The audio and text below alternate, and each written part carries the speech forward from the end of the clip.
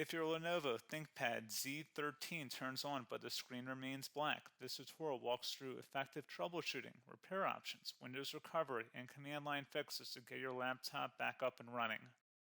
A lot of errors pertain to this problem, and we're going to go ahead and jump into what should hopefully be a pretty straightforward process, guys. And we're going to go ahead and jump right into it. First thing I'd recommend doing would be to actually go ahead and boot to the troubleshooting utility on Windows 11. So if you do a hard power off 3 times in a row, Windows should automatically attempt to launch the startup prepare utility. And if it doesn't find anything, it will give you the option to select advanced settings, in which case it will take you to a screen that looks like this.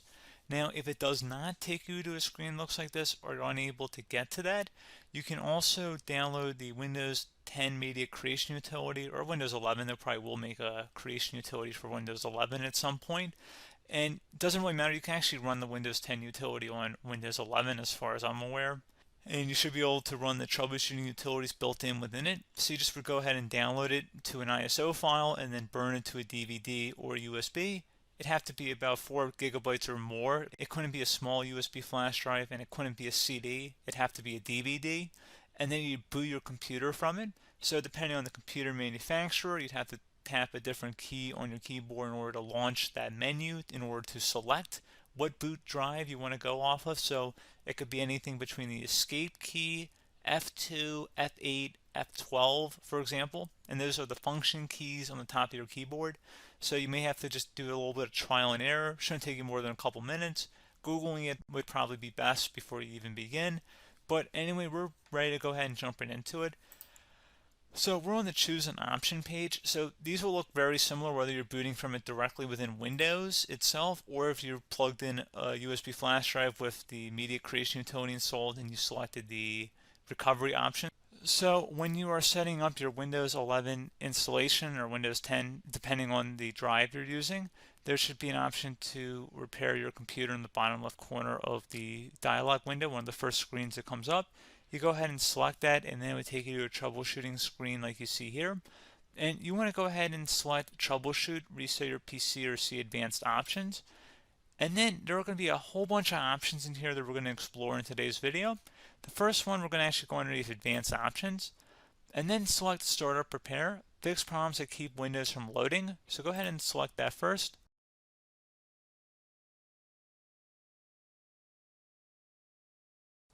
Okay, so you can see it cannot repair our PC. That was our first option we could try. Something else, if we go back into advanced options here and then select troubleshoot, we're going to go underneath advanced options again. You can go ahead and actually access safe mode by selecting startup settings. And then if you select the restart button, you have the option on the screen select safe mode with networking, which will give you a key on the screen. It'll tell you which key to press to enter that. I believe it's the F7 key. It'll do that for you. I'm not going to go over that in today's tutorial because I don't really want to go into safe mode, but you're more than welcome to attempt that by going into here and then selecting restart. Again, it'll launch another screen. It'll say what key do you want to press, and it'll give you like 7 or 8 different options, and you want to select safe mode with networking.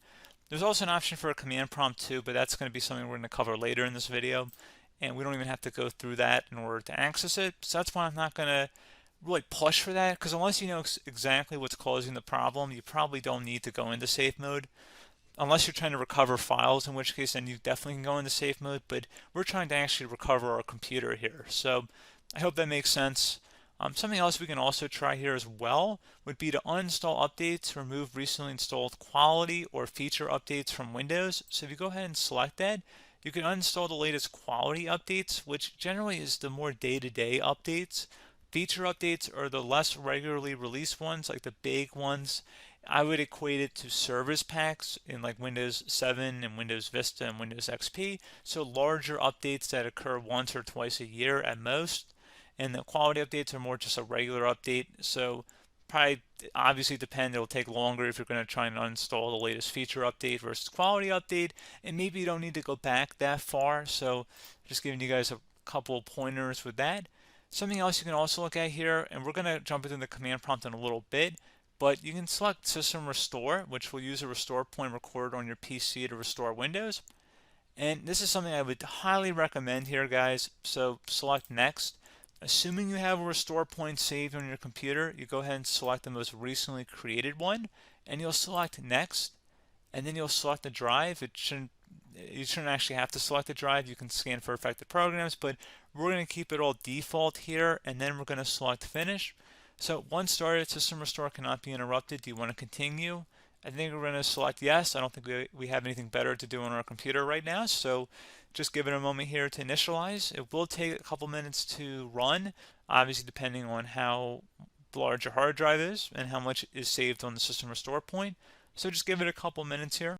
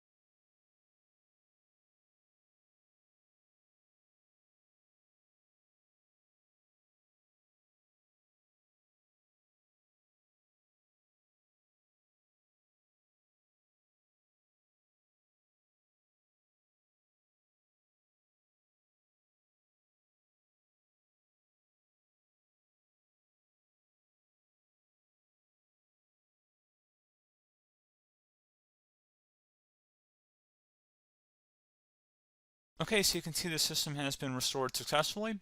We're going to go over a couple different methods addition to that if that did not work. So I'm just going to pause the video and we're going to start back on the recovery screen that we started with. Okay, so a couple other things we can try here too. If you go back into troubleshoot, you can select reset your PC, let you choose to keep or remove your personal files and then reinstalls Windows. You can select to keep my files, which will remove apps and settings but keeps your personal files. You can also select remove everything, which will remove all of your personal files, apps, and settings. So this is more of a factory reset, the second option here. First option, it should not delete all of your personal files. However, it will pretty much clear most of your programs. And keep in mind, there's no guarantee that your information, number one, is even still available and easily recoverable on your computer to the point that you actually would be able to recover anything. And the second point is that there's always a chance that it won't actually recover and it will just do a factory reset anyway. So there's no guarantee that actually would keep your files anyway. So I would recommend trying to get a recovery tool and backing that up first before selecting it anyway. But again, those are a couple of different options. And then something else you can try here if you go back to the choose an option. Another option, if you go underneath choose an option and select troubleshoot, advanced options, and now select where it says command prompt. Okay, so the first thing we should do is type our main hard drive here. In most cases, it should be the C drive. So you just do a C colon and then hit enter on your keyboard. So once you're underneath the C drive, we're going to type in dir and then hit enter on your keyboard. It should have program files, users, and Windows all in there. That's how you know you're in the right directory.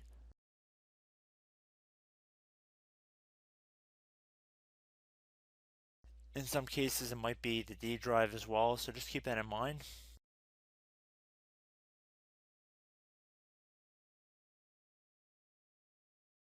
Next thing we're going to do is type in cd space / Windows / system 32 / config,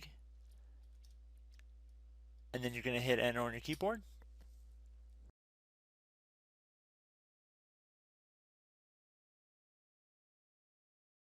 So now you're going to type md space backup.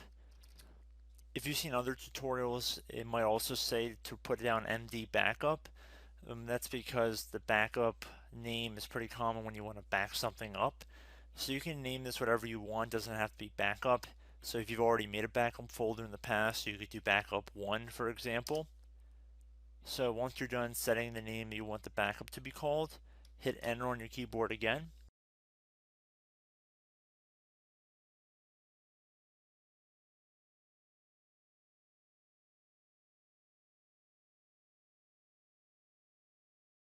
At this point you want to type copy, C-O-P-Y, space, then you want to do the star symbol above the 8 key, then do a period or a dot, whatever you want to call it, then another star sign, and then another space, and then type backup, and then hit enter on your keyboard.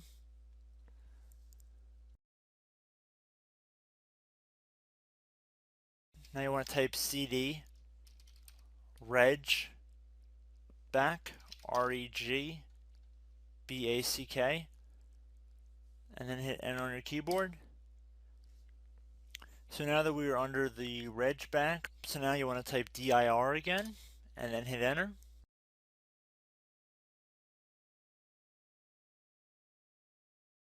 So now at this point we're going to type copy again. So copy, space, star sign, dot, another star sign, space, and then 2 dots. So we're going to type copy, space, star sign, dot, sign, star sign, dot, dot, and then hit enter on your keyboard again. So for overwrite, you want to overwrite all. So type A on your keyboard, so capital A, and then hit enter on your keyboard.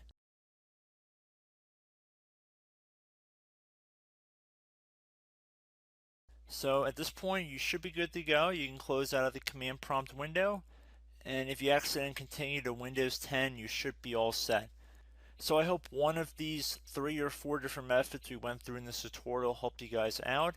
Again, I'm not sure if you guys heard me earlier, but try to go back into your safe mode if possible and uninstall any programs you know might be conflicting with the Windows startup if you can get into safe mode. So just keep that in mind. Something very simple like that could be blocking up everything. So again, I hope this tutorial helped you guys out, and I will catch you in the next tutorial. Goodbye.